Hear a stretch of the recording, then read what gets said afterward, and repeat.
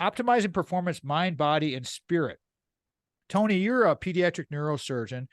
And when I threw this topic to you from the Forever Strong Dr. Lyon YouTube clip, Dr. Lay and Dr. Don Layman, who I interviewed recently, what was your feeling about what she's talking about with strength training and optimizing health and wellness? What was your initial reaction to that link that I sent to you to check out for this episode? The biggest take home message for me that people have to move, meaning it's because now with all the internet and I think the social media, I think people are more apt to have a sedentary lifestyle. And back when we were being raised, is not having the social media gave us the opportunity to be outside, play sports, stickball, soccer. Also, it gave us the tools to develop some soft skills, how you read someone, how you communicate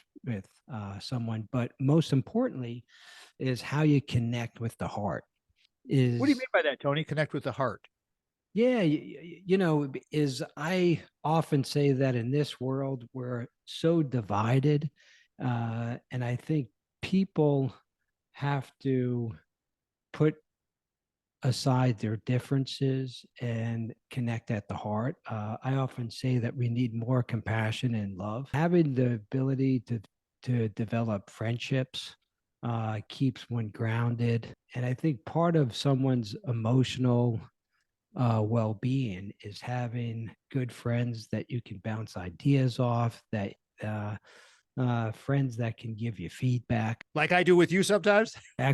which is very very important. Yeah, yeah.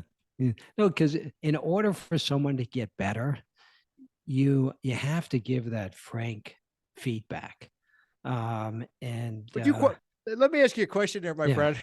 Would you qualify my feedback is frank? Yes, it's actually very frank, Tom. It's no, because I would say that the reason why we're such good friends is because we have the ability to put down our guard, to talk freely, and really tell each other what's real and what's not. Exactly. And because having this emotional well-being is being surrounded by people that build you up. It's going to be interesting to see how the next 10 to 15 years go. It's because social media and AI is actually going to get bigger, and it's going to be interesting how people navigate that. And you, well, Because again, like you said earlier, everybedy's different, right? Everybody's different. So you're an ultra marathon, which I still, no offense, bro, but you being an ultra marathon and a pediatric neurosurgeon and going out on the ship, the Bering Sea. And I mean, your life is like the craziest thing I've ever experienced. I'm so happy we're friends. How do you do it? I mean, it's like, explain to everybody about the ultra marathon thing. How do you train for yeah, things? for me, is in order to do my craft better, learning from what other people do. I often say that my ultra running makes me a better friend, better father, better spouse, better worker, because I often ask people, do they do one thing every week that brings them joy?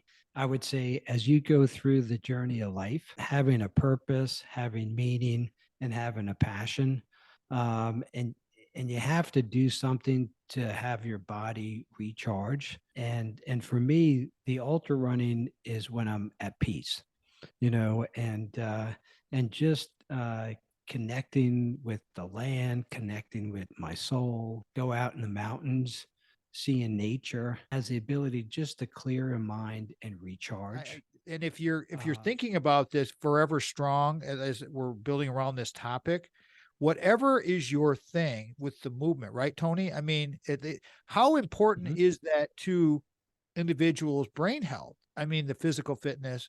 What have you seen as a neurosurgeon? You know the brain better than anybody. Yeah.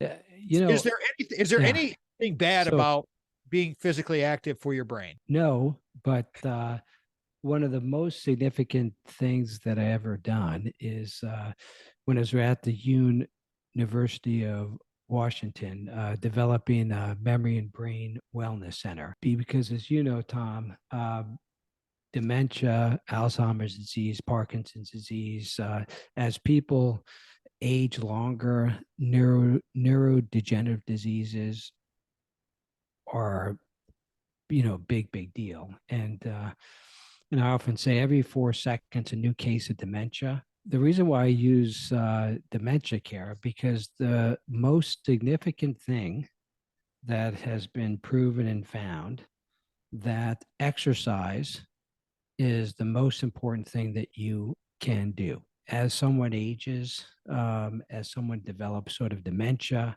exercise is one of the things that is shown that helps prevent that.